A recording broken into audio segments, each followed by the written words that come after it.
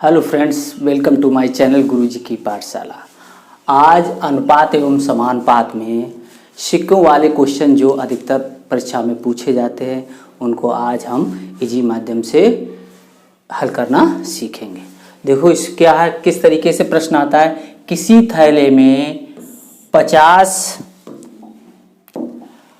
रुपए, 20 रुपए और 5 रुपए के नोटों की संख्या और उनका अनुपात 4, 5, 6 के अनुपात में है। इस थैले में कुल इतने रुपए हो तो उसमें सभी नोटों की संख्या बताइए। यहाँ पे रुपए हैं, यहाँ पे पैसों की भी बात होती है।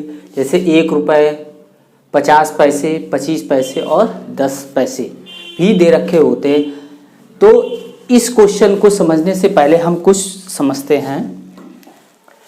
देखो अगर हमारे पास 1 रुपए के 5 सिक्के हैं तो हमें 1 रुपए की कुल धनराशि कैसे हम निकालेंगे ये थोड़ा हम सीखते हैं। जो भी हमारा नोट का प्रकार होगा वो हम लिखेंगे और उसकी संख्या लिखेंगे तो हमें क्या है कि उस 1 रुपए की कुल धनराशि हमें प्राप्त हो जाएगी। यानी 1 रुपए के 5 सिक्के हैं तो हमारे पास कितने रुपए हैं ये हमें पता चल जाएगा। 1 × 5 5 रुपए होगा। इसी प्रकार अगर हमारे पास 50 पैसे के 20 सिक्के हैं तब हमारे पास कितने रुपए हैं या कितनी धनराशि है। 50 पैसे की हमारे पास कितनी धनराशि, तो हम क्या करेंगे 50 में 20 का गुणा कर देंगे और 100 का भाग कर देंगे। 50 पैसे गुणे 20, इनको हम काट लेंगे तो हमें कितना प्राप्त हो गया 10 रुपए। अगर हमारे पास 50 पैसे के 20 सिक्के हैं तो हमारे पास कितनी धनराशि है 10 रुपए है। इसी प्रकार अगर हमें 25 पैसे की संख्या अगर हमारे पास 10 है तो हमारे पास कितनी धनराशि है 25 पैसे की, तो हम कैसे निकालेंगे 25 गुणे 10 कर देंगे और 100 का भाग कर देंगे। अगर हम 25 गुणे 10 करेंगे तो हमें पैसे में प्राप्त होगा तो कितना प्राप्त हो जाएगा 250। ये 250 हमें पैसे में प्राप्त हो गया। अब जब हम पैसे से रुपए में बदलेंगे तो 250 बटे 100 कर देंगे तो कितना हो जाएगा 2.5। तो हमारे पास इतने रुपए 25 पैसे के हैं। इसी प्रकार 10 पैसे की बात हो, अगर हमारे पास 10 पैसे के 25 सिक्के हैं तो हमारे पास 10 पैसे की कितनी धनराशि है ये हम कैसे निकालेंगे। 10 गुणे हम 25 करेंगे तो हमें पैसे में प्राप्त हो जाएगा। अगर हम इसमें 100 का भाग कर देंगे ये 100 तो ये हमें रुपए में बदल जाएगा। तो ये काटेंगे तो हमारे पास कितना हो गया 2.5 रुपए हमें प्राप्त हुआ। यानी कि 10 पैसे की जो धनराशि है वो हमारे पास कितनी है 2.5 रुपए यानी 2.5। ऐसी अगर 5 पैसे की बात हो, 5 पैसे के हमारे पास 50 सिक्के हैं तो हमारे पास 5 पैसे की कितनी धनराशि है, तो 5 गुणे 50 कर देंगे। ये पैसे में आ गया। अब इसको रुपए में बदलेंगे तो ये काट लेंगे 2 तो कितना आ गया 2.5। तो 2.5 रुपए हमारे पास 5 पैसे के। ऐसी कोई भी सिक्का दे रखा होगा उसकी संख्या में जब हम गुणा कर देंगे तो हमें उस रुपए या प्रकार की हमें धनराशि हमें प्राप्त हो जाएगी। इसी नियम का हम क्वेश्चन में प्रयोग करेंगे। अगर हमें 5 पैसे की कुल धनराशि निकालनी है तो 5 पैसा और गुणे उसकी संख्या बटे 100 करेंगे तब हमें रुपए प्राप्त हो जाएगा, उसकी धनराशि हमें प्राप्त हो जाएगी। तो इसी प्रकार हम इसको देखो हल करते हैं। किसी थैले में 50 रुपए, 20 रुपए और 5 रुपए के नोटों की संख्या 4:5:6 में है। यदि इस थैला में कुल इतने रुपए, देखो रुपए यहां दे रखा है, रुपए यहां पे भी दे रखा है, ठीक है, दोनों एक ही होना चाहिए।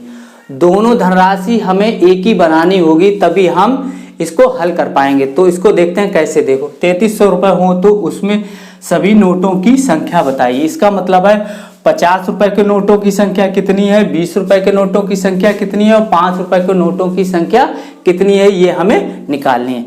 तो इसको हम निकालते हैं। तो हमने आपको बताया था कि नोटों का प्रकार क्या है, नोटों का प्रकार है 50 रुपए और 20 रुपए और 5 रुपए। और नोटों की संख्या या सिक्कों की संख्या दे रखी होगी, नोटों की संख्या आया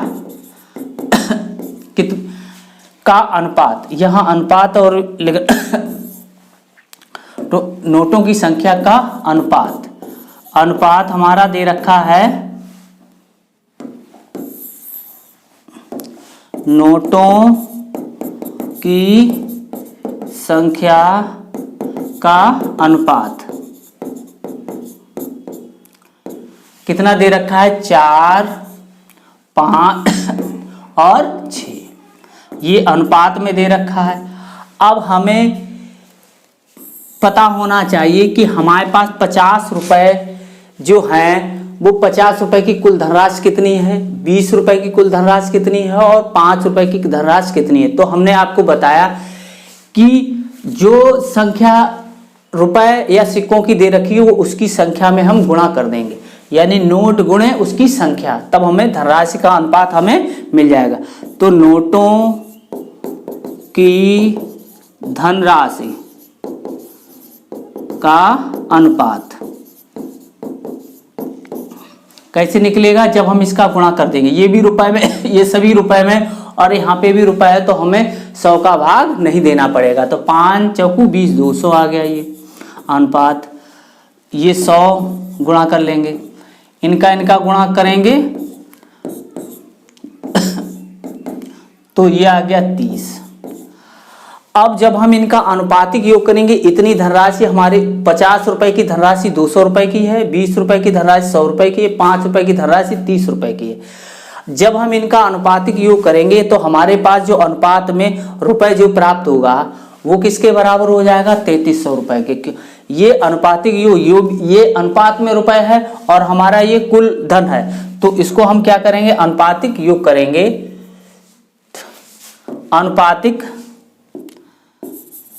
अनुपातिक योग 200, 100 और 30, तो ये हो गया 330। अब देखो हमारे पास अगर अनुपात में जो दे रखी है धनराशि उसका हम योग करें तो हमारे पास 330 होता है, लेकिन हमारा धनराशि कितनी हमारे पास है, 300। तो हम कैसे निकालेंगे, 330 यूनिट बराबर है 3300 के। तो 1 यूनिट बराबर है 3300 बटे 330। अब ये 10 बार कट जाएगा तो 10। अब देखो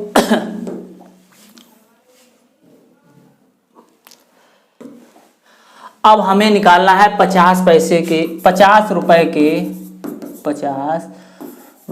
के नोटों की संख्या। तो अब क्या करेंगे, 1 यूनिट बराबर 10 के, तो अब 50 रुपए के नोटों की संख्या कितनी यहाँ पर 4 है, तो 4 गुणे 10 कितनी हो जाएगी, 40। इसी प्रकार 20 रुपए के नोटों की संख्या कितनी हो जाएगी, यहाँ पर कितनी दे रखी, 5, तो 5 गुणे 10 तो ये 50। और 5 रुपए के नोटों की संख्या क्या हो जाएगी, देखो 5 कितने हैं, 6 गुणे 10 तो कितनी हो जाएगी, 60।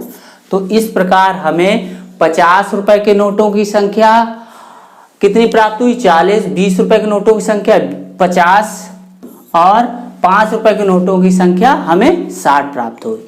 इस तरीके से हम इस सवालों को हल कर सकते हैं। अगला क्वेश्चन देखते हैं। देखो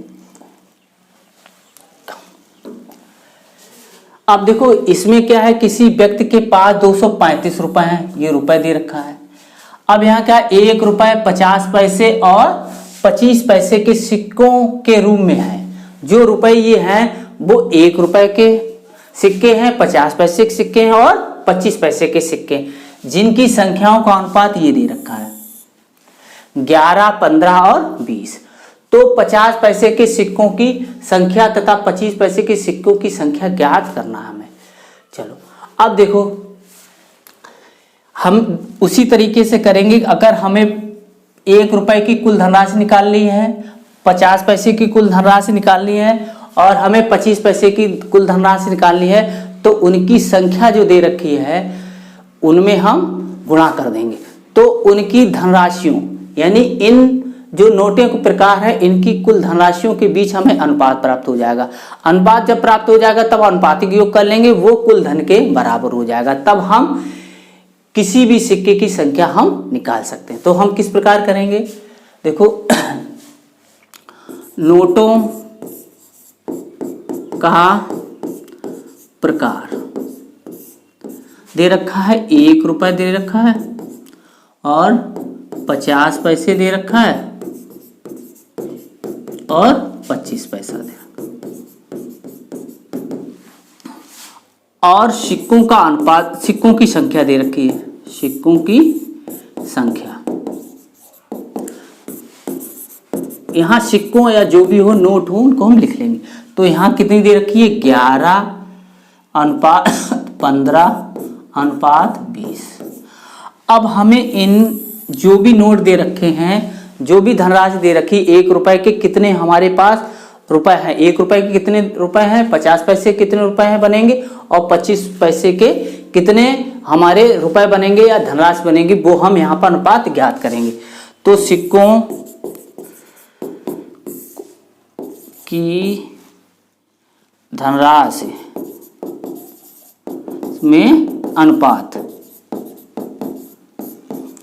देखो 1 रुपए के 11 नोट हैं तो ये 11 हो गया। अब 50 पैसे के 15 नोट हैं तो 15 पना 75, इतने तो पैसे हमें हो गए। जब हम 100 का भाग कर देंगे तो ये आ जाएगा 7.5 रुपए। तो ये यानी कि 7.5 अभी अनुपात निकालना है, तो ये भी रुपए हो गए, ये भी रुपए, इतने रुपए ये, इतने रुपए ये। अब 25 पैसे के, देखो 25 पैसे के 20 सिक्के हैं तो 25 दूनी 50, 500 हो गया। ये 500 पैसे हो गए बटे 100 कर दिया तो ये कट गए, तो ये 5 रुपए आया। अब अनुपात में रुपए हट जाएगा, तो ये देखो रुपए यहाँ पे भी, रुपए यहाँ पे, रुपए यहाँ पे, रुपए रुपए कैंसिल हो गया। अब ये हमारे पास 1 रुपए के जो सिक्के हैं उनकी कुल धनराशि 11 रुपए, 50 पैसे के जो सिक्के हैं उनकी कुल धनराशि 7.5 यानी 7.5 रुपए, 25 पैसे के जो सिक्के हैं उनकी कुल धनराशि 5 रुपए। अब हम इनका क्या करेंगे, अनुपातिक योग करेंगे। अनुपातिक, तो 11 प्लस 7.5 प्लस 5 तो कितना हो जाएगा, देखो 18 ये 11 7.5 और 5, ये तो यहाँ 16 हो गया। तो 5 6 12 1 13, हाँ से लेके 1, ये आ गया 23.5, ये 23.5 अनुपातिक योग हो गया। अब हमें, जब हमने ये इस तरीके से अनुपातिक योग कर लिया तो हमारा कुलधन कितना प्राप्त हुआ, 23.5, लेकिन हमारा कुलधन कितना है 235 रुपए। तो ये और ये आपस में कैसे हो जाएंगे, बराबर हो जाएंगे। तो हम दो ये बराबर कर देंगे,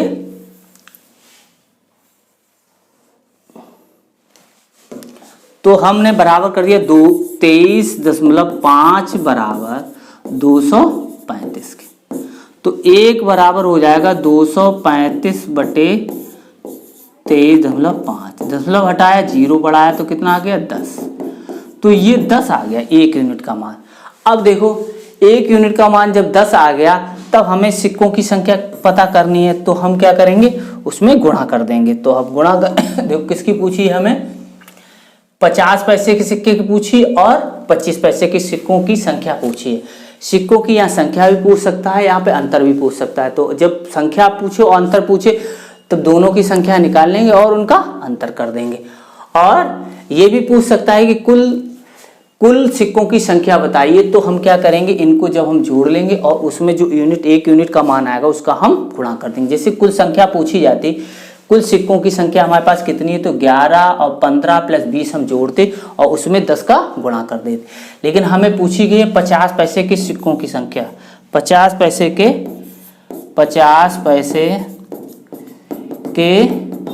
सिक्कों की संख्या। तो 10 ये आ गया, 50 पैसे के सिक्कों की संख्या है 15, तो गुणे 15 तो कितना हो गया 150। 150 जो सिक्के हमें प्राप्त हैं वो कितने हैं, 50 पैसे के प्राप्त हुए। अब हमें 25 पैसे के निकालना है, तो 25 पैसे के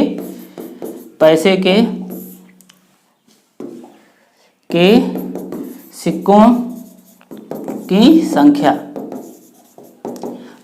तो 25 पर अब 10 तो हम लिख लेंगे, इसके बाद इसकी कितनी संख्या थी इसमें 20, तो 20 यहां गुणा कर दें तो कितना हो गया 200। अब ये तो हमारा इतना पूछा गया था। अगर हमसे पूछा जाता कि 50 पैसे और 25 पैसे के सिक्कों का अंतर ज्ञात कीजिए, तो हम क्या करते, 200 में से 150 को घटा देते, तो हमारा जो आंसर प्राप्त होता वो हमारा होता। अगर हमें ये पूछा जाता है 50 पैसे तथा 25 पैसे के सिक्कों की संख्या ज्ञात कीजिए, एक तो इस तरीके से योग ज्ञात कीजिए, दोनों की संख्या ज्ञात कीजिए, तो 150 प्लस 200 कर देते, या 15 प्लस 20 करके उसमें हम 10 का गुणा कर देते। तो इस तरीके से ऐसे सवालों को हम हल